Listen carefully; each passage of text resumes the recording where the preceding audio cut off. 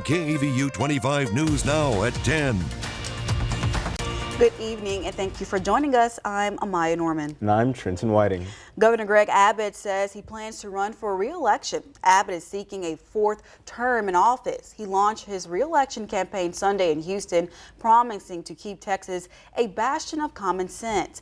Abbott laid out his priorities, including lowering property taxes, expanding school choices, and strengthening border security. He also called for limiting local tax hikes and reducing the state's appraisal cap. Abbott enters the race with nearly $90 million in campaign funds, facing several Democratic challengers.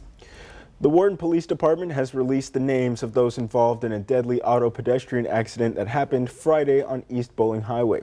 Police say the victim has been identified as 61-year-old Sharon Yanis of Wharton.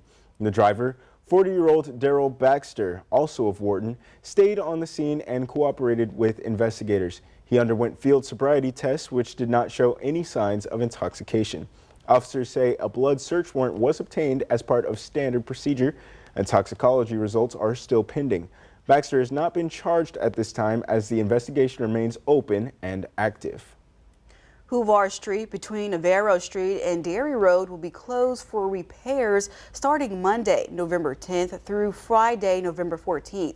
City officials say all businesses and homes in the construction zone will still be accessible. Drivers are advised to plan ahead and use detour routes to avoid delays. Well, this morning it was a little windy, but I thought it felt pretty nice outside in my opinion. It felt good. Yeah, it felt I loved cool. it. It's starting to feel like fall, but is that going to stick around? I don't think so. Well, let's check in with Jacob Lozano, who can give us a real answer. Yeah. Well, that fall weather is going to be sticking around here just for some time here. We do have high pressure moving back in, but because we had a little red flag warning, I went ahead and extended it out for tomorrow as well, because we're still going to have some relatively drier air, around a 10 to 20%, and still relatively gustier winds associated with it. And if you look at the fire danger map here, extreme conditions along the Texas coastline, more of a very high in parts of the counties of Victoria, Goliad, especially down in Refugio, where we already had a little fire incident that had broken out over there, and as well as higher danger up north around Cuero.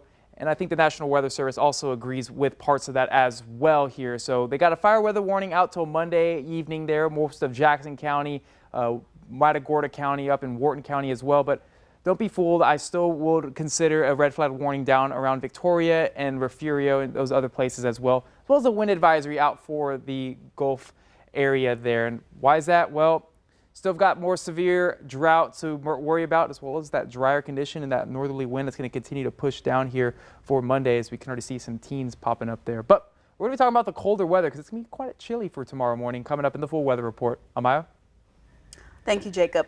Americans have been dealing with the consequences of the government shutdown that has dragged on for 40 days. The federal workers going without pay, airline passengers facing major delays and cancellations, and millions who depend on SNAP benefits are left struggling. But tonight there are signs of movement. Here's ABC's Allison Kosick with the latest.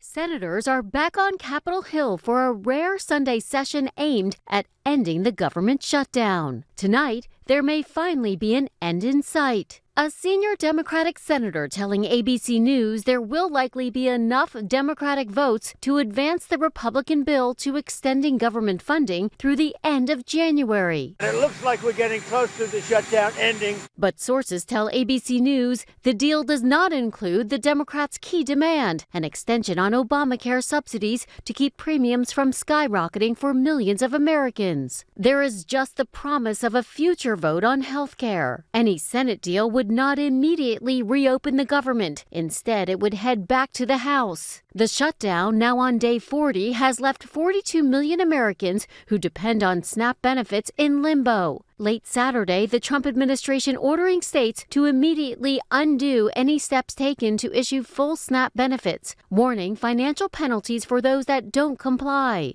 Travelers also growing increasingly frustrated by the shutdown, with today being the worst day of cancellation since the shutdown began.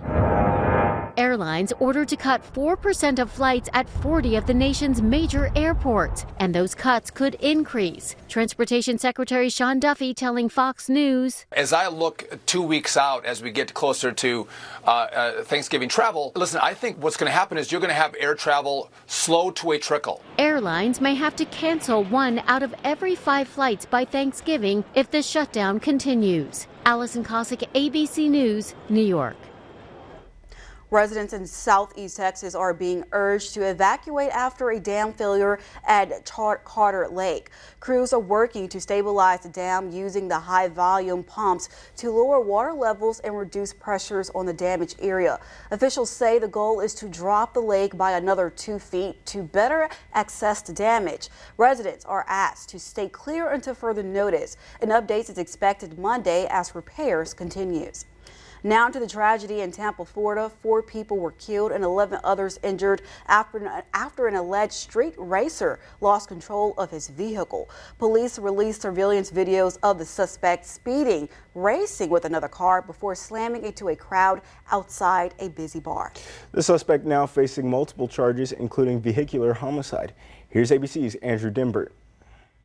Tonight, tragedy in Tampa, Florida, a community in mourning. A driver slamming into a crowd of people in Ybor City, a popular nightlife district, early Saturday morning, killing 4 and injuring more than a dozen others. I've never experienced anything where I've seen so many people get hit by a vehicle like that and hurt and killed. Authorities say the driver, 22-year-old Silas Sampson, was street racing before the deadly crash. And tonight, new helicopter video from police showing officers trying to pull the vehicle over as it's speeding down the highway, exiting the interstate with officers in pursuit. Police attempting a pit maneuver, but the driver getting away. Moments later, losing control and plowing into a bar patio packed with people. They were out in Ybor having a good time, expecting to go home safely, and a careless, reckless driver takes everybody's lives.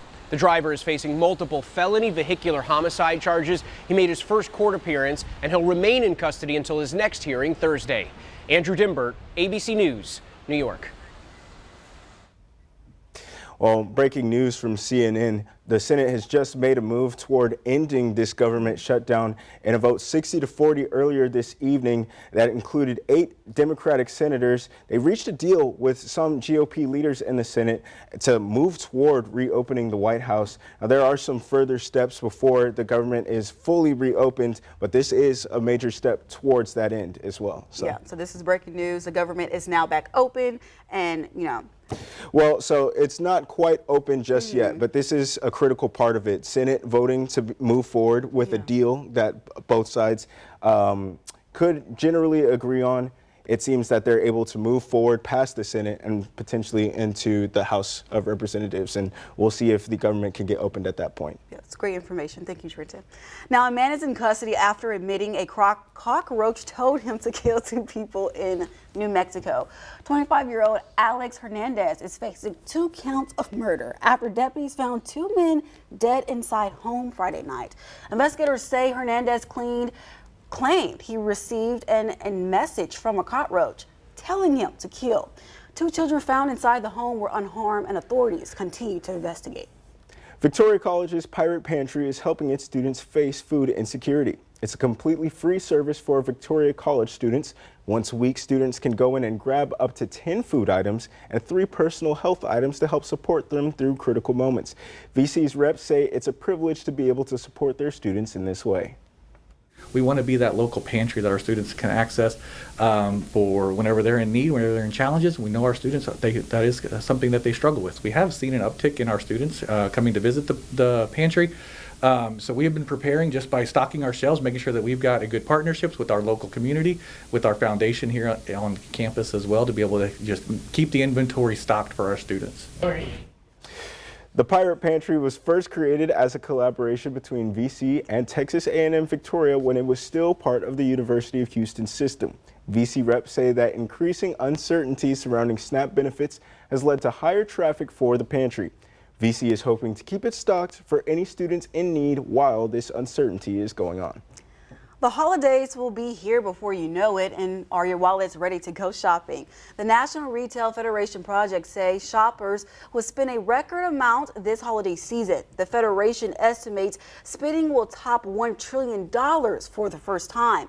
Despite economic uncertainty and rising prices, officials say shoppers remain price conscious and are trading down to cheaper brands, but are still spending on gifts for families and friends. Consumers expected to spend an average of $890 on holiday gifts, food, and decor.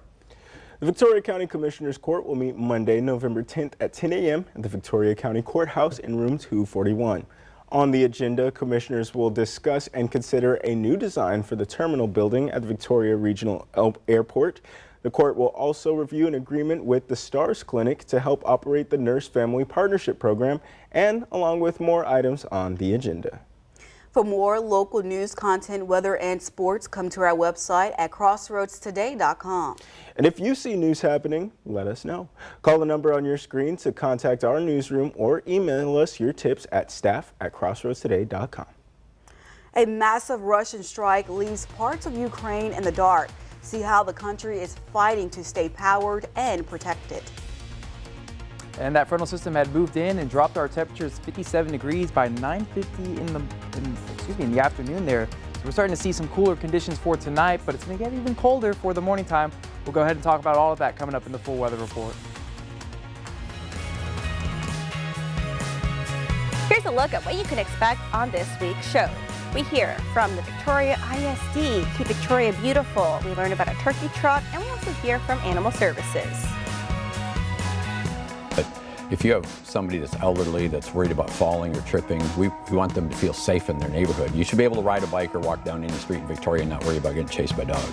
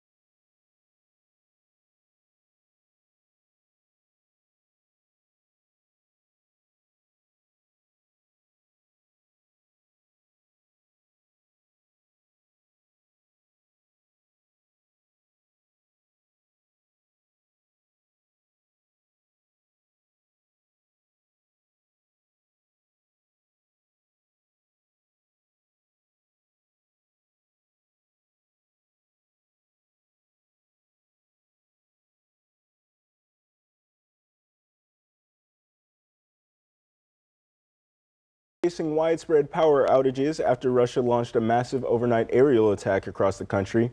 President Volodymyr Zelensky says 9 regions were attacked, and that includes the city of Mirnohrad. Seen in this video with damage to high-rise buildings. Altogether, 10 Ukrainians have been killed by Russian strikes in the last 24 hours. Zelensky says Kyiv was working with the U.S. to purchase additional Patriots, an air defense system that has proved capable in intercepting Russian missiles. Now to the chaos in Chicago as federal agents clashed with protesters. Authorities are now searching for a suspect who allegedly fired shots at federal agents on Saturday during an immigration crackdown. ABC's Alex Stone has the latest. Tonight, violent clashes on the streets of Chicago. And an urgent search underway for the person who federal agents say fired multiple gunshots at them during an immigration enforcement operation on Saturday. A crowd was demanding a detained woman's release when the Department of Homeland Security says a man driving a black Jeep fired the shots and then took off. The agency saying protesters also threw bricks and a paint can at their vehicles, calling those in the crowd agitators. But some residents say the federal agents were overly aggressive. Members of the Veraza family say they were driving yesterday when immigration agents driving the opposite direction pepper sprayed their car. They say they had to pull over and wash out their 1-year-old's eyes. I couldn't feel my cheek. I couldn't feel nothing, not even my face. If my face was numb, now I imagine my daughter's face. And tonight in Portland, Oregon, a federal judge whom President Trump himself appointed to the court says a president had no lawful basis to federalize Oregon's National Guard and to send troops to Portland against the wishes of local authorities. In a 106-page ruling, Judge Karen Immergut finding the federal government exaggerated claims of violence in the city to justify sending in troops. There's a huge problem in Portland. I'll tell you what the problem is: crime. Portland's leaders admit there have been protests, violent at times, but they told the court those protests have been small and easily handled by police. His goal is to make Portland look like what he's been describing it as. The Trump administration is asking the Supreme Court to overrule a lower court blocking deployment of National Guard troops to Chicago, but the Supreme Court has not yet issued a decision. Alex Stone, ABC News, Los Angeles. Household debt in America has reached a record high. According to the Federal Reserve Bank of New York, the country's total household debt has increased to nearly $19 trillion. That figure includes mortgages, car loans, credit cards, and student loans. Credit card and student loan debt both also reaching record high at more than $1 trillion each. Researchers say despite the increasing debt, household balance sheets remain pretty strong. An experimental cholesterol-lowering pill is showing promising results. Merck researchers say when taken with statins, the drug called enlicitide helped patients reduce their bad cholesterol by about 60% after 24 weeks. The phase 3 study included nearly 3,000 people who had previously suffered a heart attack or stroke. Merck plans to seek FDA approval next year. Experience our digital streaming service Crossroads Today Plus. Stream our daily newscasts and much more using your connected TV. Just download Crossroads Today Plus on your Roku, Amazon Fire TV, Apple TV, or Android TV. Search Crossroads Today Plus. Well, the 30s are back in our forecast for tomorrow morning, but that wind chill is going to be even colder. I'll tell you exactly the number coming up after this.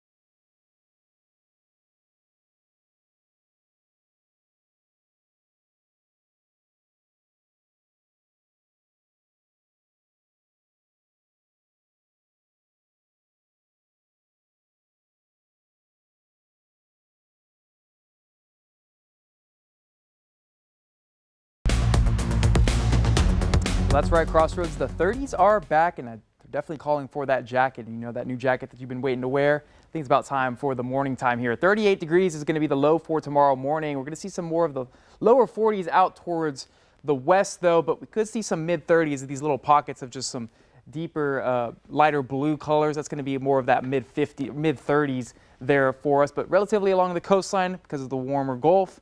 Going to be right around the mid to upper 40s for us here. But let's talk about that wind chill. So by midnight, it'll be feeling like 51 degrees. But by the morning time, it's going to be feeling below freezing here. 31 degrees actually what it's going to feel like with that wind chill. It'll be feeling like in the mid to upper 20s up north around the I-10 corridor. And well, it'll actually be feeling closer to the 30s as well along the Texas coastline because the winds are actually a little bit stronger down there. And that's why that fire risk is still in effect for them as well. So definitely want to make sure you bring that jacket out for tomorrow morning because temperatures are going to still be feeling like they're in the mid 50s here by 11 a.m. as well as here by noontime here with more of the 60s for that feels like temperature going to be out towards the 37 corridor.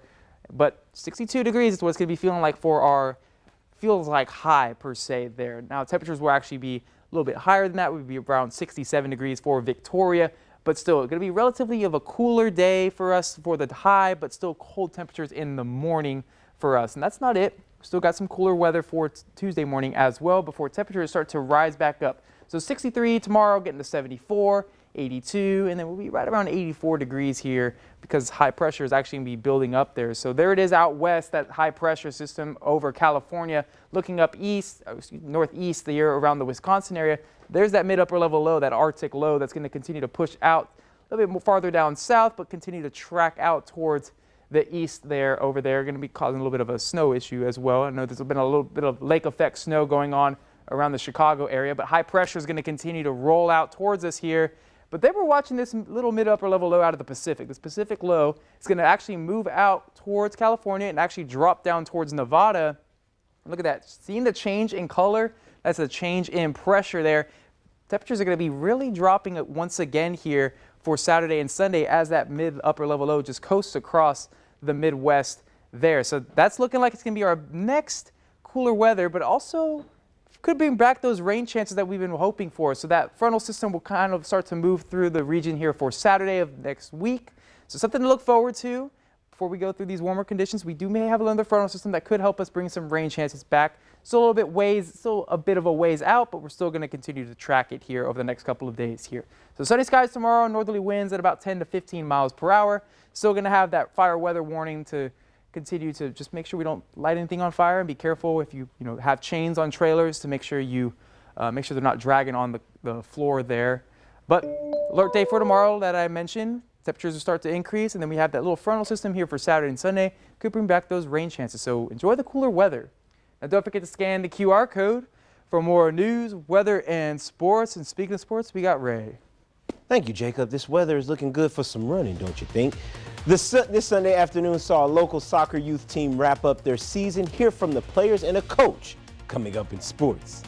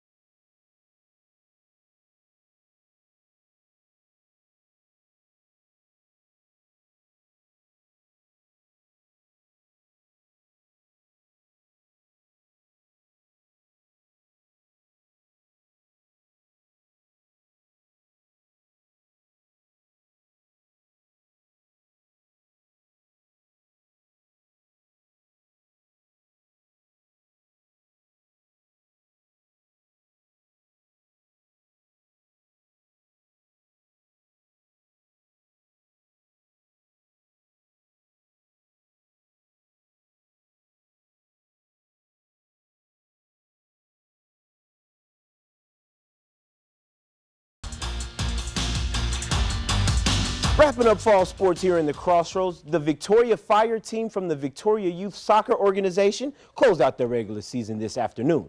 This team has completed exceptionally well, continuing their dominance on the field. Today at Riverside, they faced off against the Lone Star Gray Northern 15U team. The Victoria Fire team secured a 3-0 victory with strong defense and an impressive offense. The team went undefeated all season long. Truly a fire that cannot be put out. After a tough season with only 3 wins, they made a remarkable comeback this year. Here's a word from a coach and 2 standout players. it comes down to hard work. They've put a lot of work in the training field. They've learned to communicate better. Their skills are growing, and we've just made them a whole lot tougher, and they've become impossible to beat. So I feel like I worked really well with my teammates today. We had quite a few good, just 1-2s, and that's really what I'm there for because I'm mostly midfield. So, I'm trying to feed it out to people like Claire who play wing or Victoria. So, and that worked a bit.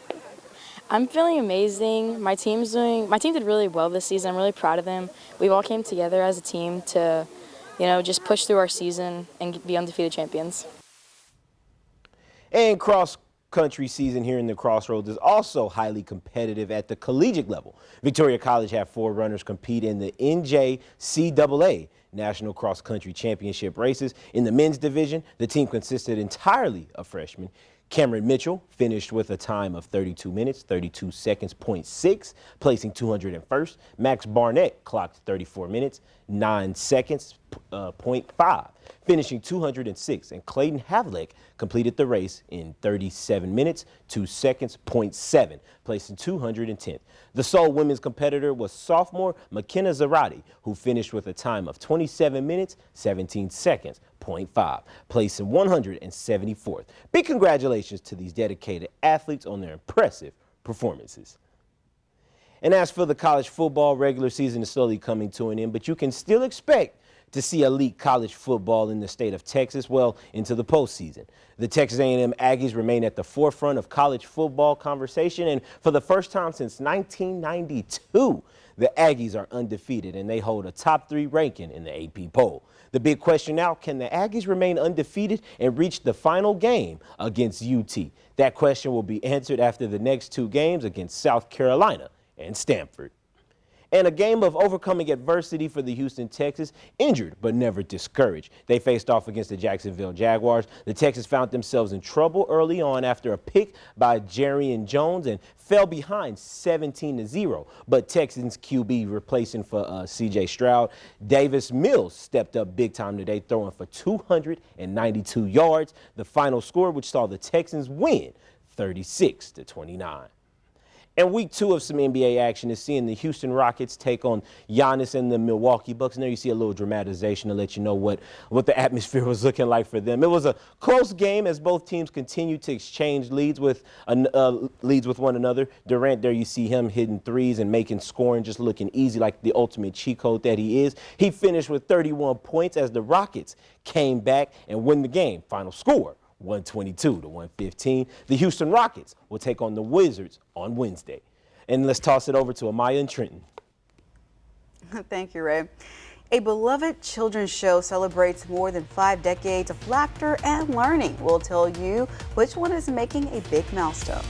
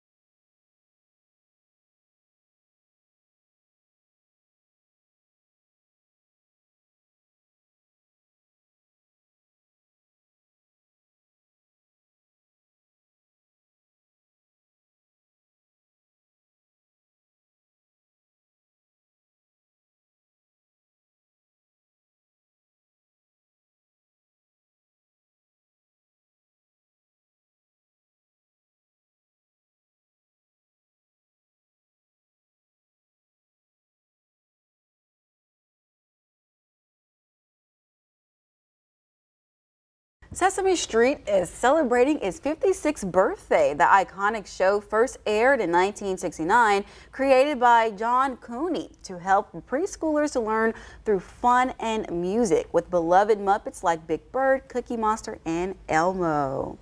My favorite is going to always be Elmo. Really? Yeah. He's pretty How cool. he didn't like Rocco and Cookie Monster. the Cookie Monster. The Count. Now let's go Dracula. Let's go to weather. Well, tomorrow morning it's going to be nice and cool, so make sure you have that jacket. Still have a little bit of fire concerns, so we got an alert day up for that before temperatures start to rise up. So reminder, wear the jacket tomorrow. It's going to be feeling like it's below freezing with the wind chill. You never know in Texas, hey, but You really don't. But thank you for joining us. Remember to subscribe to our YouTube channel, Crossroads Today, and join Carolina Estrain and Parker Cox for 25 News Now Sunrise at 5 a.m.